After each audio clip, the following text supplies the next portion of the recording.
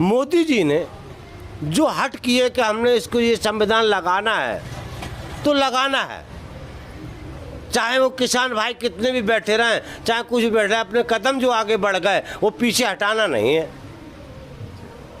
जो कदम आगे बढ़ा दिए हैं उसके लिए मुझे चाहे और कुछ करना पड़े, लेकिन जो एक बार शब्द निकल गया, शब्द ही ब्रह्म है, जो एक बार शब्द निकल गया उसको संशोधन तो हो सकता है लेकिन उससे पीछे नहीं हट सकता। इसी का नाम हट है, राज हट है।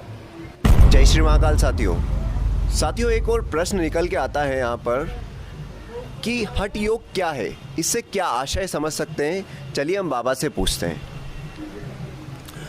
देखिए, हठ योग का एक अर्थ होता है जिद,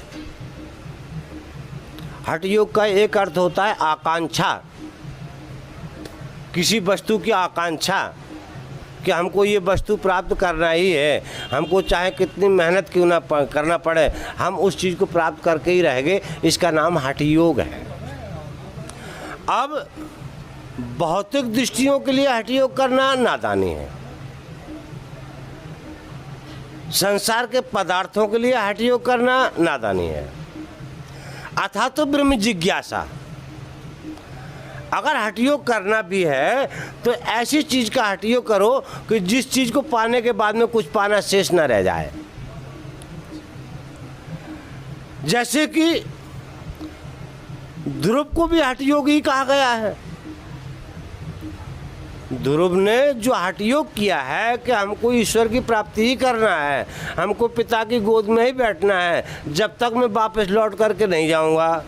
यद्यपि मार्ग में उनको बहुत समझाने वाले मिले और नारद भी समझाने वाले मिले, लेकिन किसी की बात को न मान करके उनका जो हठ था उस हठ को प्राप्त किया उन्होंने। ऐसे ही महापुरुष हठ योग करते हैं, तपस्या करते हैं, अथा तो ब्रह्म जिज्ञासा ईश्वर की प्राप्ति के लिए।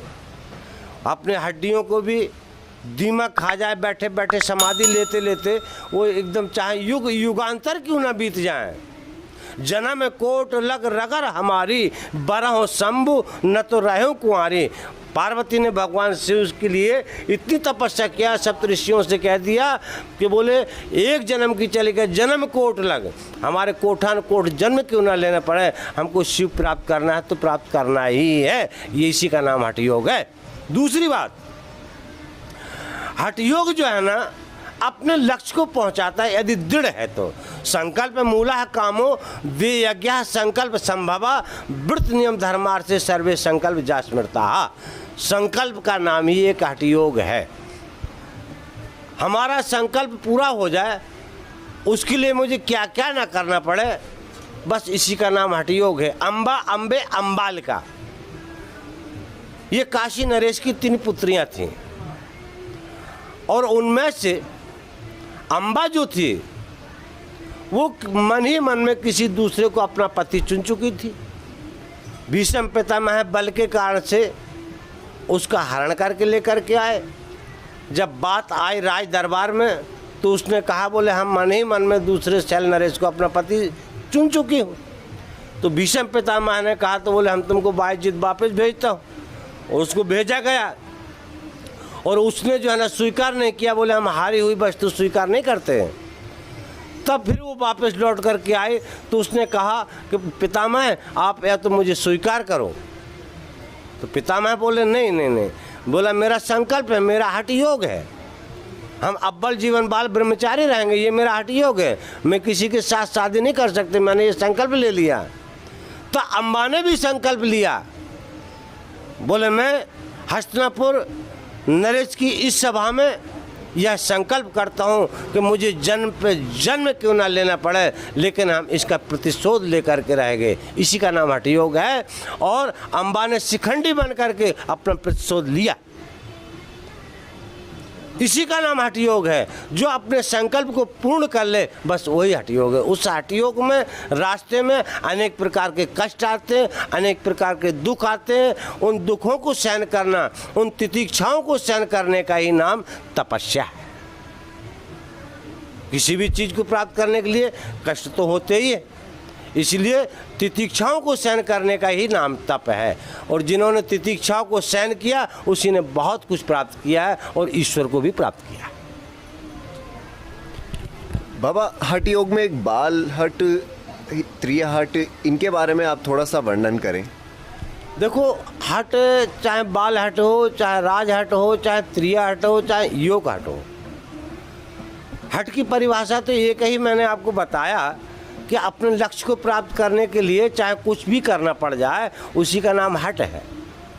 बालक छोटा है, उसको चॉकलेट चाहिए और तुम उसको गुड़ दो तो सारे बर्तनों को फेंक देगा, लेकिन उसको चॉकलेट ही चाहिए। जो उसको वस्तु मन में भागे वही चाहिए उसको, और कुछ लेगा ही नहीं। सारे बर्तनों को फोड़ के फेंक देगा, लौटने लगेगा, रोने लगेगा। उसको जो चाहिए वो वस्तु मिल जाएगी तो वो चुप हो जाएगा। ऐसे त्रिया हट है। त्रिया हट ने देखिए, द्रौपदी ने ये हट किया। क्या हट किया कि मेरी जो है ना भारी सभा में दुशासन ने और दुर्योधन ने बेइज्जती की, और मैं भी ये हट करती हूँ, मैं भी ये प्रतिज्ञा करती हूँ, जब तक जो है ना दुशासन के सीने का लहू से अपने बालों को नहीं भिगा लूँगी, तब तक मैं बालों को बांधूंगा नहीं। इसका नाम त्रिया हट है। और वही हुआ। भीष्म पितामह जो है ना भीम ने भी यह प्रतिज्ञा की थी कि मैं तुम्हारे लिए जो है ना दुशासन का लहू ला करके देंगे। ये भीम की हट थी। हट का एक दूसरा नाम प्रतिज्ञा भी कहते हैं।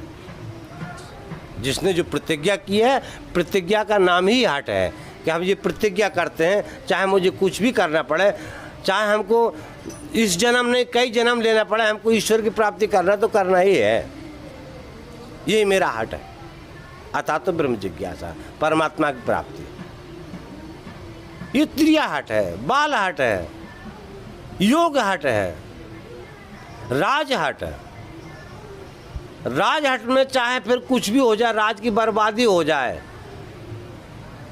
है ना, लेकिन हम उस चीज़ को प्राप्त करने की चेष्टा करेंगे, चाहे कुछ भी हो जाए। राजा जो धारणा धार लेता है, फिर उसको कुछ भी करना पड़ जाए, ये राजाओं का हट है। आपको मोटी मोटा लेखी देख बता देता हूँ। आज की परिस्थिति में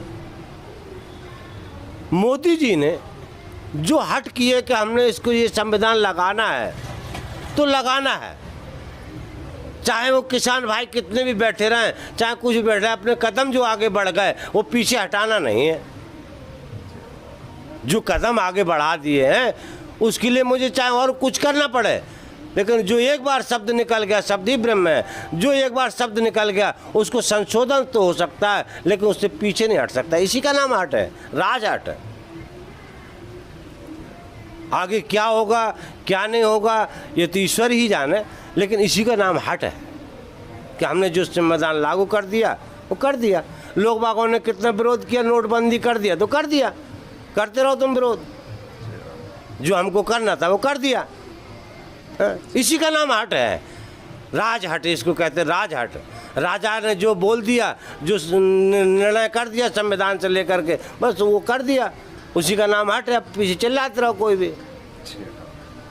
यदि किसी को इतराज है तो उसके लिए संशोधन कर सकते हैं कि आपको परेशानी क्या है। आपको परेशानी नहीं होना चाहिए, आपको लाभ है इसमें, लेकिन तुम्हारी समझ में नहीं आ रही तो उसमें हम क्या कर सकते हैं। आपको समझना पड़ेगा, लेकिन जो किया है वो अच्छे के लिए किया गया, लिहाजा हमको थोड़ा अपने विवेक के ऊपर महत्व देना पड़ेगा। इसी का नाम राजहट है। तो साथियों, हठ योग का बहुत ही अच्छा और सुंदर वर्णन किया बाबा ने। हम उम्मीद करते हैं कि आपको इसके बारे में बहुत जानकारी मिली होगी।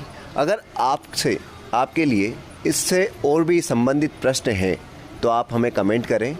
हम इसी तरह आपके प्रश्नों के उत्तर साधु संतों से लेकर आप तक पहुंचाते रहेंगे। फ़िलहाल के लिए इतना ही।